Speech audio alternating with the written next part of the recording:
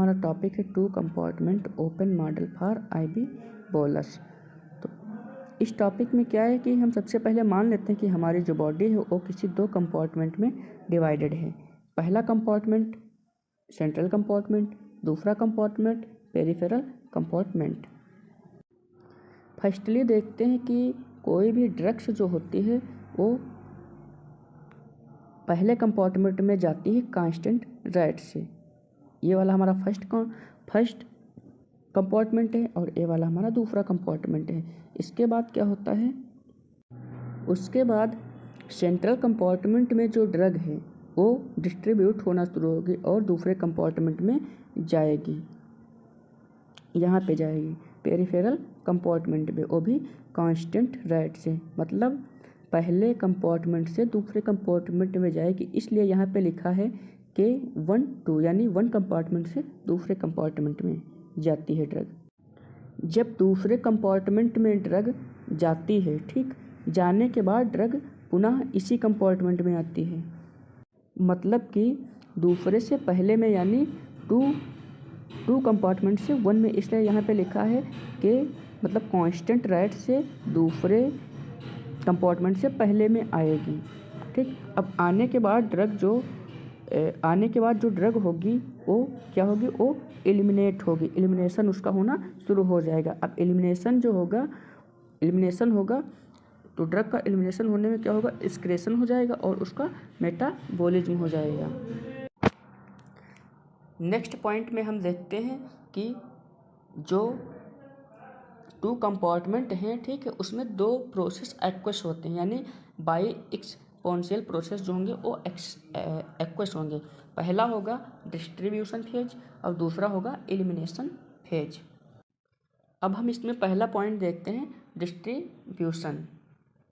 First जो compartment है, यहाँ से क्या हो रहा है कि ड्रग जो है वो डिस्ट्रीब्यूट हो रही है सेकंड वाले कंपार्टमेंट में, तो इसको हम क्या बोलते हैं, डिस्ट्रीब्यूशन फेज बोलते हैं। अब दूसरे पॉइंट की बात करते हैं, एलिमिनेशन फेज। अब एलिमिनेशन फेज में आइए देखते हैं,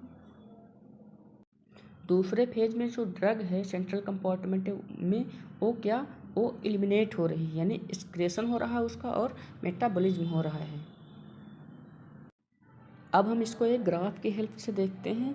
ग्राफ ए वाला है हमारा, इसकी मदद से हम देखेंगे कि ड्रग कैसे डिस्ट्रीब्यूट हो रही है और कैसे एलिमिनेट हो रही है। तो इसमें फर्स्टली क्या है कि जो हमारा सेंट्रल कंपार्टमेंट था, ठीक है, उसमें जो ड्रग्स थी वो मैक्सिमम अमाउंट में यहाँ पे थी, ठीक है, इसलिए एक ग्राफ जो होगा यहाँ से बनेगा।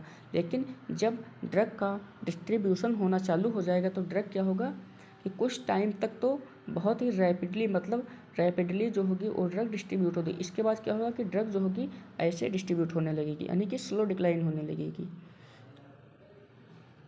जब ड्रग डिस्ट्रीब्यूट होके सेंट्रल कंपार्टमेंट में जाने लगे, पेरिफेरल कंपार्टमेंट में जाने लगेगी, यानी ऐसे, तो हमारा जो पेरिफेरल वाला ग्राफ है वो भी ऐसे बनने लगेगा, कुछ टाइम तक बनेगा। इसके बाद ये भी क्या होगा, इसमें भी एलिमिनेशन चालू हो जाएगा और ड्रग्स जो होगी वो एलिमिनेट होना स्टार्ट हो जाएगी।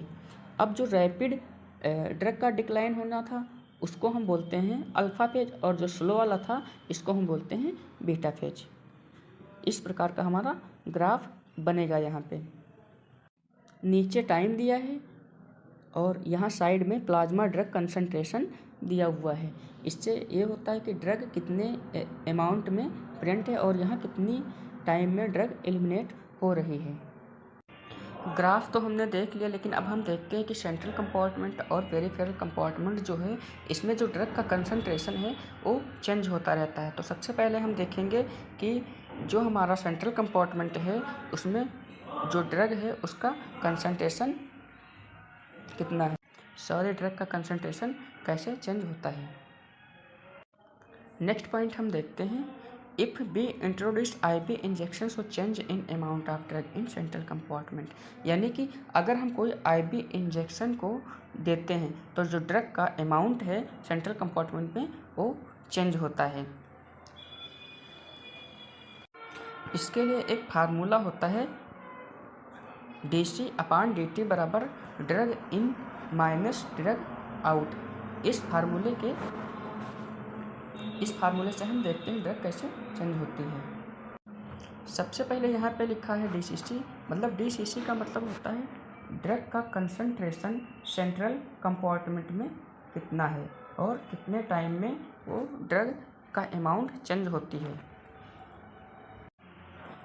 राइट इन का मतलब होता है कि जो ड्रग्स, सबसे पहले हम देख रहे हैं सेंट्रल कंपार्टमेंट के लिए, तो जो ड्रग्स का अमाउंट है, मतलब जो ड्रग का अमाउंट सेंट्रल कंपार्टमेंट में है वो पेरीफेरल कंपार्टमेंट से आता है। तो सबसे पहले हम देखते हैं कि ड्रग पेरी कंपार्टमेंट से कैसे आ रही है, मतलब कि किस राइट से आ रही है। यहाँ पे देखिए पेरीफेरल कंपार्टमेंट से जो ड्रग है वो सेंट्रल कंपार्टमेंट में आ रही है, मतलब इधर से इधर आ रही है, ठीक है। तो यहाँ पे क्या है K1 2, तो यही हम वहाँ पे लिखे हुए हैं K1 2 नहीं K2 1, मतलब दूसरे कंपार्टमेंट से पहले कंपार्टमेंट में आ रही है सेंट्रल कंपार्टमेंट में। तो यहाँ पे वहाँ पे लिखा है K2 1, वही लिखा है यहाँ पे K2 1 CP का मतलब होगा सेंट्रल कंपार्टमेंट। सॉरी, जैसा कि यहाँ पे मान पुट है K2 1 CP, मतलब ड्रग जो है वो पहले कंपार्टमेंट में आ रही है दूसरे कंपार्टमेंट से, यानी कि पेरीफेरल कंपार्टमेंट से जो ड्रग का कंसंट्रेशन है वो यहाँ पे लिखा जाएगा। अब ड्रग जो है वो आई है सेंट्रल कंपार्टमेंट में, मतलब पहले वाले कंपार्टमेंट में, इसलिए यहाँ पे लिखा है K1 2 CC का मतलब होता है जो यहाँ पे कैपिटल C है उसका मतलब होगा कंसंट्रेशन, और जो स्मॉल C है इसका मतलब होगा सेंट्रल, यानी कि जो ड्रग दूसरे कंपार्टमेंट से आई है पहले कंपार्टमेंट में उसको हम बोलते हैं K1 2 central concentration central compartment, ठीक है। अब जो सेंट्रल कंपार्टमेंट से जो ड्रग एलिमिनेट हुई थी, ठीक, यानी एलिमिनेट हुई थी या एक्सक्रेशन हुआ था और मेटाबॉलिज्म जो जिसका हुआ था उसको हम लिखेंगे KECC, मतलब कांस्टेंट राइट से जो ड्रग एलिमिनेट हो रही थी सेंट्रल कंपार्टमेंट से, जैसा कि हम आपको अभी दिखा रहे हैं। यहाँ पे देखिए, यहाँ पे लिखा नहीं, सॉरी भूल गए हैं, यहाँ पे KE होगा, ठीक है, यहाँ पे KE होगा। इस मतलब कांस्टेंट रेट से जो ड्रग्स है वो एलिमिनेट हो रही है, वही KE वहाँ पे लिखा हुआ है। अब हमें यहाँ पे C की वैल्यू निकालनी है, मतलब C की वैल्यू हमें निकालनी है, तो उसके लिए फार्मूला होता है VT बराबर X/C। X मतलब होता है जो ड्रग अमाउंट है बॉडी में कितना प्रेजेंट है और ब्लड में कितना प्रेजेंट है। तो C बराबर, अब क्या करेंगे हम C को बाहर लेंगे और C की जगह पे क्या होगा VD आ जाएगा, ठीक है। तो C बराबर हमारा हो जाएगा X/VD। अब हम क्या करेंगे इस मान को पुट कर देंगे जहाँ जहाँ पे C होगा। DCC यानी drug concentration in central compartment upon DT बराबर क्या होगा T21 XP/VP। अब यहाँ पे C का मान पुट हुआ है, यहाँ पे हमारी जो इक्वेशन आई थी ये वाली, यहाँ पे C का मान पुट हुआ है, ठीक है, मतलब जहाँ जहाँ पे C था वहाँ पे मान पुट हुआ है, और बना क्या है DCC/DT बराबर K21 XP/VP minus K1 2 XC/VC minus KEXC/VC। ये हमारा बना समीकरण फर्स्ट। ए वाला हमारा हो गया सेंट्रल कंपार्टमेंट के लिए कि ड्रग का कंसंट्रेशन कैसे चेंज होता है। अब हम देखेंगे पेरीफेरल कंपार्टमेंट के लिए ड्रग का अमाउंट कैसे चेंज होता है। तो सबसे पहले वही फार्मूला है ये वाला DCP/DT बराबर K12 CC minus K21 CP।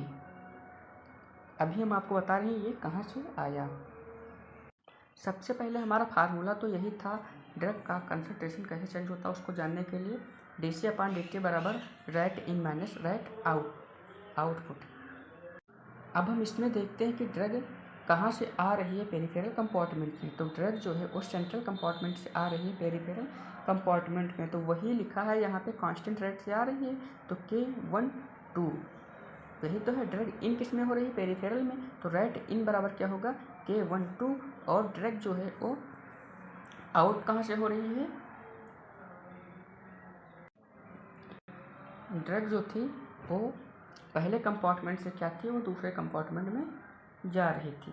तो पहले कंपार्टमेंट से दूसरे कंपार्टमेंट में जा रही थी, मतलब इन हो रही थी। तो वही लिखा है K12 यानी central compartment minus K21 peripheral compartment. अब वही यहीं पे फार्मूला लगाएंगे, VD बराबर एक्स अपान सी, सो C बराबर एक्स अपान डी। अब यही फार्मूला जो है हम इस वाले में पुट कर देंगे। पुट करने के बाद क्या है कि जो इक्वेशन हमारी बनेगी यानी समीकरण सेकंड हमारा बनेगा, वो बनेगा dCp अपान dt बराबर K12 XC अपान VC माइनस K2 1 XP अपान VP। ये हमारा समीकरण सेकंड बनेगा। अब जो दोनों इक्वेशन है फर्स्ट एंड सेकंड, ठीक, इनका क्या करते हैं, इंटीग्रेशन निकालते हैं। अब इंटीग्रेशन निकालेंगे तो सेंट्रल कंपार्टमेंट के लिए अलग निकालेंगे और पेरी कंपार्टमेंट के लिए अलग निकालेंगे। अब इंटीग्रेशन कैसे निकालते हैं ये पहले वाले में बताया गया। उसके बाद जो फार्मूला निकलेगा उसके द्वारा हम क्या करेंगे, डिटरमाइन कर देंगे कि ड्रग का जो अमाउंट हो सेंट्रल कंपार्टमेंट में कितना है। ठीक है, वही पॉइंट यहाँ पे लिखा है, by this equation we can determine amount of drug in central compartment. यानी कि दोनों कंपार्टमेंट के लिए हम अलग अलग ड्रग को डिटरमाइन कर सकते हैं इस फार्मूले के द्वारा। जो फार्मूला है उसमें जो वैल्यू दिए हुए हैं, यानी एक्स जो है x0 इसका जो होता है वैल्यू वो होता है initial IV bolus dose. VC बराबर होता है volume of central compartment. Alpha and beta जो होता है वो होता है hybrid first order constant. K21 and K12 बराबर होता है transfer constant. After integration equation second, यानी पहले हमने देखा था सेंट्रल कंपार्टमेंट के लिए, अब हम देखते हैं पेरिफेरल कंपार्टमेंट के लिए। इसके लिए भी सेम फार्मूला होता है, बट जहाँ पे सेंट्रल कंपार्टमेंट था वहाँ पे पेरिफेरल कंपार्टमेंट हो जाएगा।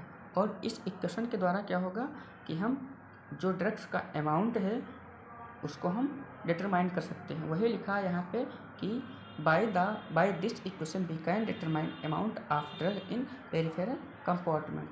सो आज का हमारा टॉपिक यहीं पे ख़त्म हुआ। Thank you everyone.